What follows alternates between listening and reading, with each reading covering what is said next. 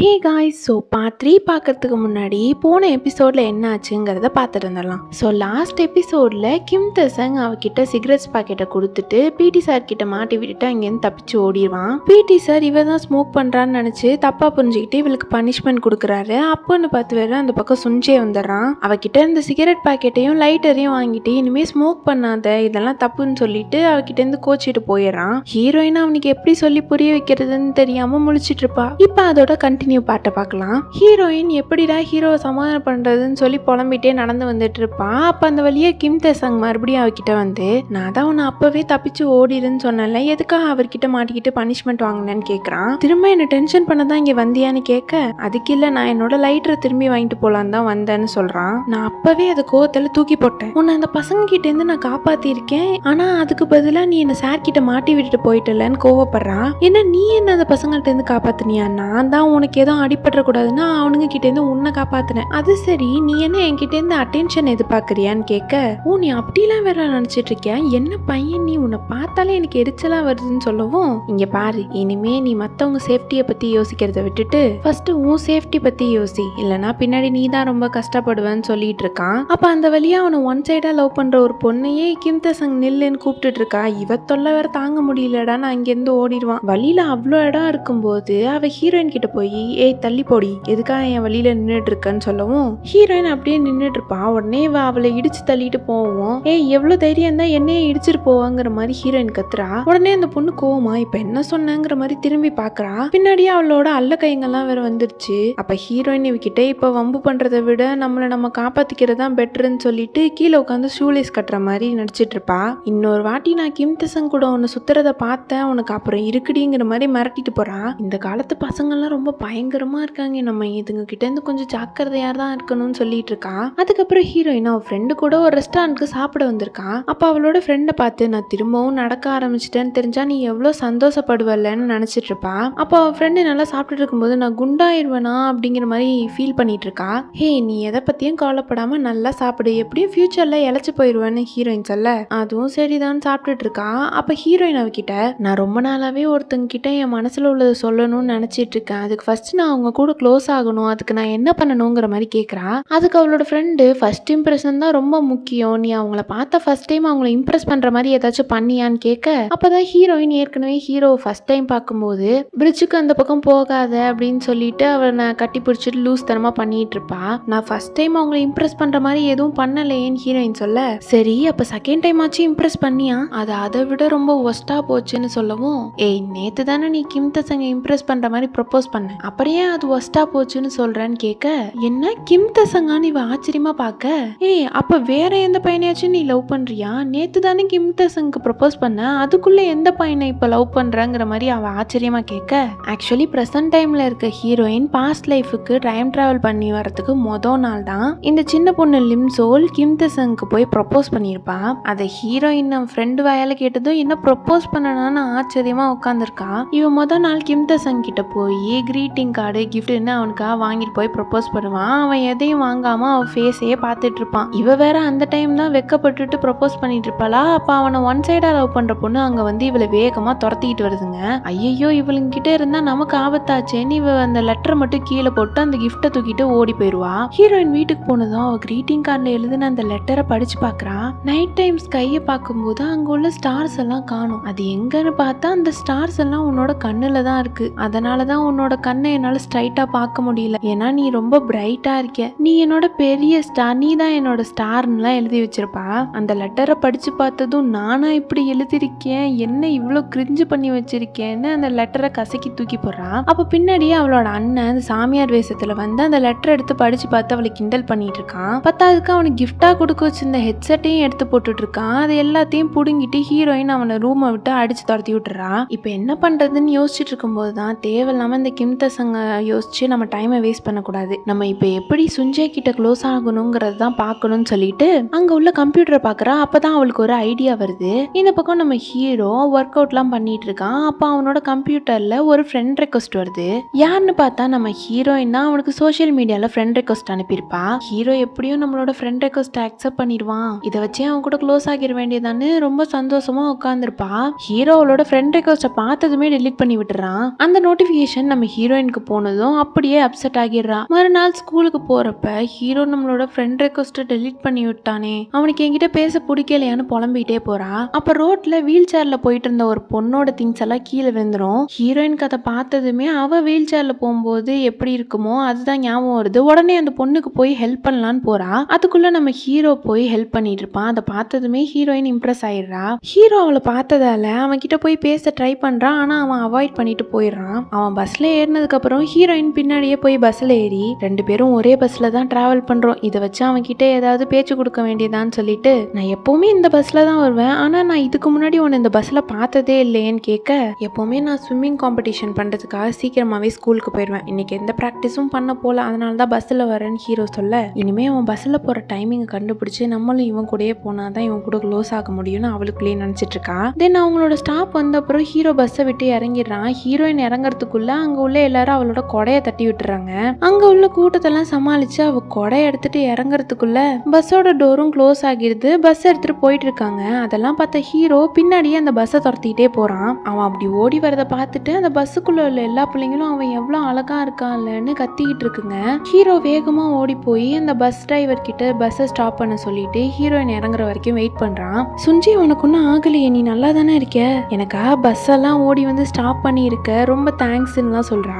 ஏய், நான் உனக்காக ஒன்னும் பஸ்ஸை ஸ்டாப் பண்ணல, என் கொடை உன்கிட்ட இருந்துச்சு, அதை வாங்கணும்னு தான் ஸ்டாப் பண்ணேன், நீ ஓவரா கனவு காணாதுன்னு ஹீரோ சொல்ல, இவன் என்ன சின்ன வயசுல இப்படி இருக்கான், உன்னால உங்க அப்பாவுக்கு தலைவலி தான், நீ என்ன பதிலுக்கு பதில் வாய் அடைக்கிற மாதிரியே பேசுறேன்னு ஹீரோயின் கேட்க, இதோ பர்றா யார் சொல்றாங்கன்னு, முதல்ல நீ ஸ்மோக் பண்றத நிப்பாட்டுன்னு ஹீரோ சொல்ல, ஏய் நான் ரொம்ப இன்னசென்ட்டான பொண்ணுப்பா, நான் ஸ்மோக்லாம் பண்ண மாட்டேன், வேணா நீ என் கையை மோந்து பாரு, சிகரெட் அடிக்கிறவங்களுக்கெல்லாம் கையில இருந்து ஸ்மெல் வரும், என் கையில இருந்து சிகரெட் ஸ்மெல் வருதா பாருன்னு சொல்லிட்டு அவன் மூக்குக்குள்ள தெரியாம கை விட்டுருவா. அதை ஹீரோட ஃப்ரெண்டு வேற தூரத்துல இருந்து பார்த்ததும் ஹீரோக்கு ரொம்ப அவமானமா போயிடுது. ஹீரோயினோட ஏன்டி இப்படி பண்ண, கையை வச்சுட்டு சும்மா இருக்க மாட்டியா பாரு, இப்போ மறுபடியும் உன் மேல கோவம் ஆயிட்டான்னு புலம்பிட்டு இருக்கா. ஹீரோ ஃப்ரெண்டு வேற அதை பார்த்துட்டானா, அதனால பயங்கரமா கலாய்க்கிறான். அவன் என்னடா உன் மூக்குல பிளக் பாயிண்ட் மாதிரி கை விட்டுட்டு நிக்கிறான், உங்க 2 பேருக்குள்ள எதுவுமே இல்லைன்னு நினைச்சேன், 2 பேரும் ஒன்னா சேர்ந்து பஸ்ல எல்லாம் வரீங்க, என்ன நடக்குதுங்கிற மாதிரி கேக்குறான். நான் அவகிட்ட அந்த கொடைய வாங்க தாண்டா பஸ்ல போனேன்ற மாதிரி ஹீரோ சொல்ல, நான் ஏற்கனவே அவளை எங்களோட பிராக்டிஸ் ரூம்ல பாத்திருக்கேன் மச்சான், அவளுக்கு கிம்தசங் மேல ஒரு க்ரஷ், அவன் கிட்ட நேத்து கூட ப்ரப்போஸ் பண்ணான், அவனுக்காக சீக்கிரட்டா சாக்லேட்ஸ் எல்லாம் வாங்கி கொடுத்தான்னு சொல்லவும், யார் அந்த கிம்தசங்னு ஹீரோ கேட்க,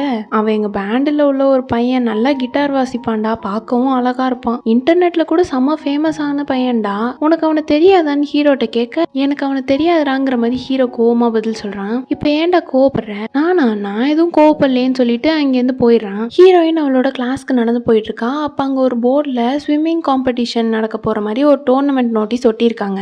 அதை பார்த்ததும் பிரசன்ட்ல ஹீரோ சொன்னதுதான் அவளுக்கு ஞாபகம் வருது. சர்ஜரி பண்ணதுக்கு அப்புறம் ஒரு வாட்டி நான் ஸ்விம்மிங் காம்படிஷன்ல கலந்துக்கிட்டேன், அதுக்கப்புறம் என்னோட கை ரொம்ப பெயின் ஆனதால என்னால ஸ்விம் பண்ண முடியாமலே போயிடுச்சு, அதுதான் நான் ஸ்விம்மிங்ல கலந்துக்கிட்ட கடைசி காம்படிஷன், அதுக்கப்புறம் தான் நான் இப்படி ஒரு சிங்கர் ஆயிட்டேன் அப்படிங்கிற மாதிரிலாம் சொல்லிட்டு இருப்பான். அது ஹீரோயின் ஞாபகம் வந்ததும் நேரா ஹீரோ கிட்ட போய், நான் உன்கிட்ட 1 செகண்ட் பேசணும்னு ஹீரோயின் சொல்ல, அங்க உள்ள பசங்க எல்லாம் லவர்ஸ்குள்ள 1000 பேசுவீங்க, நாங்க எதுக்கு பாங்கிற மாதிரி கிளம்பிடுறானுங்க, எனக்கு இப்ப ட்ரைனிங் இருக்கு, உன்கிட்ட பேசுறதுக்குலாம் எனக்கு நேரம் இல்லைன்னு சொல்லிட்டு ஹீரோ அங்க இருந்து கிளம்பி போறான். மறுபடியும் இம்சோல் அவன் பின்னாடியே போய், நீ இந்த வாட்டி காம்படிஷன்ல கலந்துக்க கூடாதுன்னு சொல்லவும், ஹீரோ எதுக்கா அப்படி சொல்றேன்னு கேக்குறான். நீ மட்டும் இந்த வாட்டி காம்படிஷன்ல கலந்துக்கிட்டனா உன் கை ரொம்ப காயமாயிரும், அதுக்கப்புறம் உன்னால ஸ்விம் பண்ண முடியாமலே போயிடும், அதனால இந்த வாட்டி கலந்துக்காதுன்னு சொல்றா. டக்குன்னு அங்க உள்ள எல்லாமே ஃப்ரீஸ் ஆயிடுது. அவ அந்த உண்மையெல்லாம் சொல்லி முடிச்சதுக்கு அப்புறம் எல்லாமே நார்மல் ஆகுது. அப்ப ஹீரோ கிட்ட சொல்ல வந்ததை டக்குன்னு சொல்லுன்னு சொல்லவும், இப்ப நான் சொன்னது உன் காதுல கேட்கலையான்னு சொல்லிட்டு திரும்பவும் உண்மையெல்லாம் சொல்றா. அப்பவும் சடனா ஃப்ரீஸ் ஆகிருது. ஹீரோயினுக்கு ஒண்ணுமே புரியல, எதுக்காக நம்ம ஃபியூச்சரை பத்தி சொன்னா இப்ப ஃப்ரீஸ் ஆகுது, ஒருவேளை இந்த பாஸ்ட் டைம் ஃபியூச்சரை பத்தி சொல்ல விடாம தடுக்குதா, இப்ப என்ன பண்றதுன்னு யோசிச்சுட்டு இருக்கா. அப்ப மறுபடியும் அவளோட போன்ல டைப் பண்ணி காமிக்கிறா.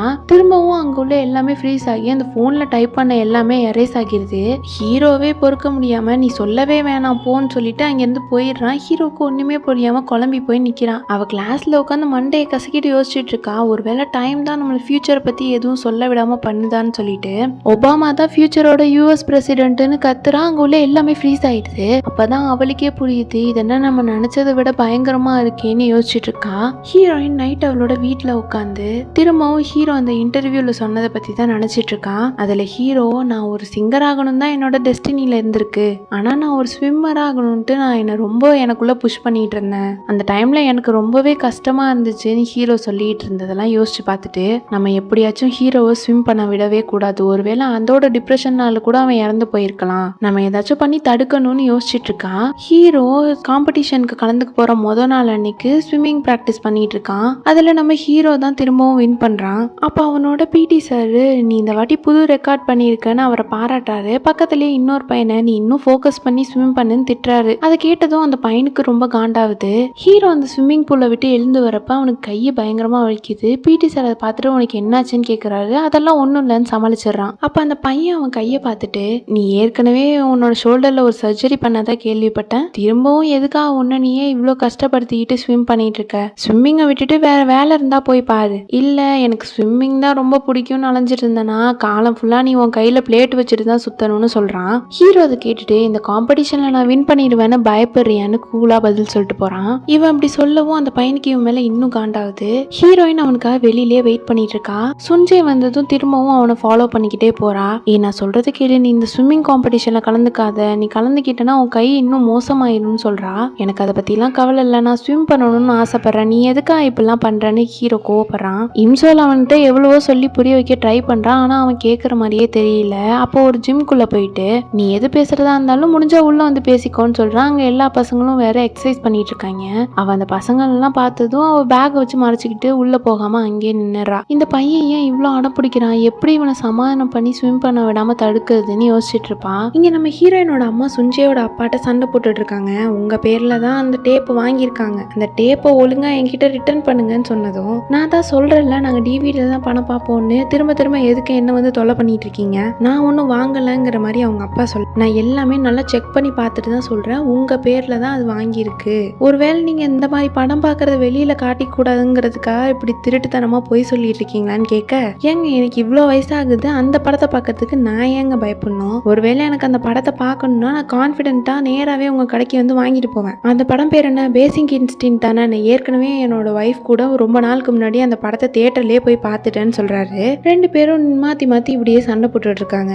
இங்க கிம் தசங்கும் அவன் அடிச்ச பையனும் போலீஸ் ஸ்டேஷன்ல உட்காந்துருக்காங்க. அந்த போலீஸ் வேற உங்களோட லீகல் கார்டியன் வந்தாதான் உங்களை விடுவேன்னு சொல்லிடுறாரு. அப்ப அங்க ஒரு போலீஸ் வந்து எதுக்கா இப்படி எல்லாம் பண்றேன்னு கேட்டதும், அதான் என்னோட அப்பாவே வந்துட்டாரு, நான் கிளம்புறேன்னு சொல்லிட்டு அங்கிருந்து பதில் பேசாமலே போயிடுறான். அந்த போலீஸ் அவர்கிட்ட அது உங்களோட பையனான்னு கேட்டதும் ஆமான்னு சொல்றாரு. சோ அப்பாவுக்கும் பையனுக்கும் இடையில ஏதோ பிரச்சனை போல, அவங்க அப்பா அவன் மதிக்க கூட மாட்டான், அங்கிருந்து போயிடுவான். ஹீரோ அவனோட ஸ்விம்மிங் ட்ரைனிங்லாம் முடிச்சுட்டு வீட்டுக்கு போயிட்டு இருக்கும்போது குறுக்க ஒரு சாமியார் லேடி வந்து அவன் கிட்ட காசு கேட்கறாங்க.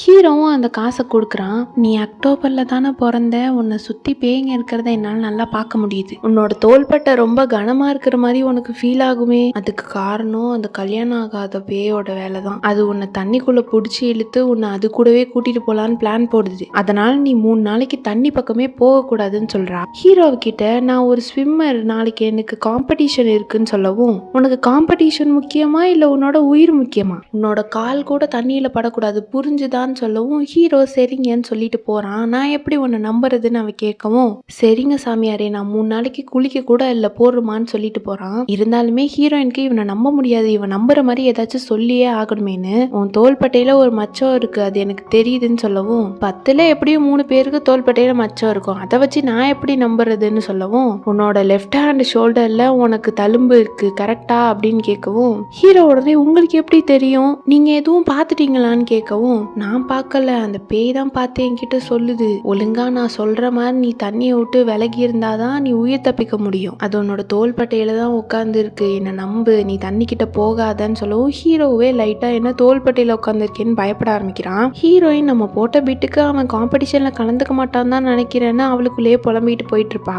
அப்ப ஹீரோ அவகிட்ட கொடுத்த பணம் டக்குன்னு அவ கையை விட்டு பறந்து போய் ஒரு பையன் கால் கிட்ட விழுது. யாராதுன்னு பார்த்தா நம்ம கிம் தசங் தான் அங்க உட்காந்துருப்பான். அவ கிம் தசங் கிட்ட, ஒழுங்கா என்னோட பணத்தை திருப்பி கொடுத்துருன்னு கேட்கவும், என்ன புதுசா சாமியார் வேஷம்லாம் போட்டு வந்திருக்க, சரி நான் அந்த பணத்தை உனக்கு திருப்பி கொடுக்கணும்னா என்னோட எதிர்கால வாழ்க்கை எப்படி இருக்கும், என்னோட லவ் லைஃப்லாம் எப்படி இருக்குன்னு கொஞ்சம் பார்த்து சொல்லுன்னு கேட்கறான். உன்னோட எதிர்காலம் நீ எங்கேயோ அடி வாங்க போகுதுன்னு என்கிட்ட சொல்லுது, ஒழுங்கா அந்த பணத்தை கொடுடான்னு சொல்லவும், நான் என்னமோ உனக்கு என்ன பிடிச்சிருக்குன்னு நினைச்சேன், நீ தானே அன்னைக்கு என் கண்ணுல ஸ்டார் இருக்கு, நான் பார்க்க பிரைட்டா இருக்கேன்னுலாம் சொன்னேன்னு அவன் அந்த லெட்டர்ல இருந்ததெல்லாம் சொல்லி காட்டுறான். அவன் அப்படி சொல்றதெல்லாம் ஹீரோயினால காது கொடுத்து கேட்க முடியல. போதும் போதும் நிறுத்துன்னு சொல்லிட்டு அவன் கையை பாக்குறான். அவன் கையில பயங்கரமா அடிபட்டு இருக்கு. அப்பதான் ஃபியூச்சர்ல அவளோட ஃப்ரெண்டு சொல்லியிருப்பா, கிம் தசங் பாஸ்ட்ல சில ஸ்கூல் பசங்க கூட சண்டை போட்டு ஸ்கூலை விட்டே நின்று வாங்குற மாதிரி சொன்னது அவளுக்கு ஞாபகம் வருது. அவன் கிட்ட 1 செகண்ட் செகண்ட் இங்கே இரு, நான் இப்போ வந்துடுறேன்னு சொல்லிட்டு கடைக்கு போய் மருந்து வாங்கிட்டு வந்து அவன் கையில போட்டு விடுறா. உடனே அவன் ஏய் மருந்து கரெக்டா போட்டு விடலாம், என்னோட அழகான கைக்கு ஏதாவது ஆயிர போகுதுன்னு சொல்லவும் இவன் இப்படி எல்லாம் ஃபிளர்ட் பண்றதுனாலதான் இவன் பின்னாடி நிறைய பொண்ணுங்க சுத்துதுங்க, இவன் திருந்தவே மாட்டான்னு சொல்லிட்டு அவனுக்கு மருந்து போட்டு விட்டுட்டு இருக்கா.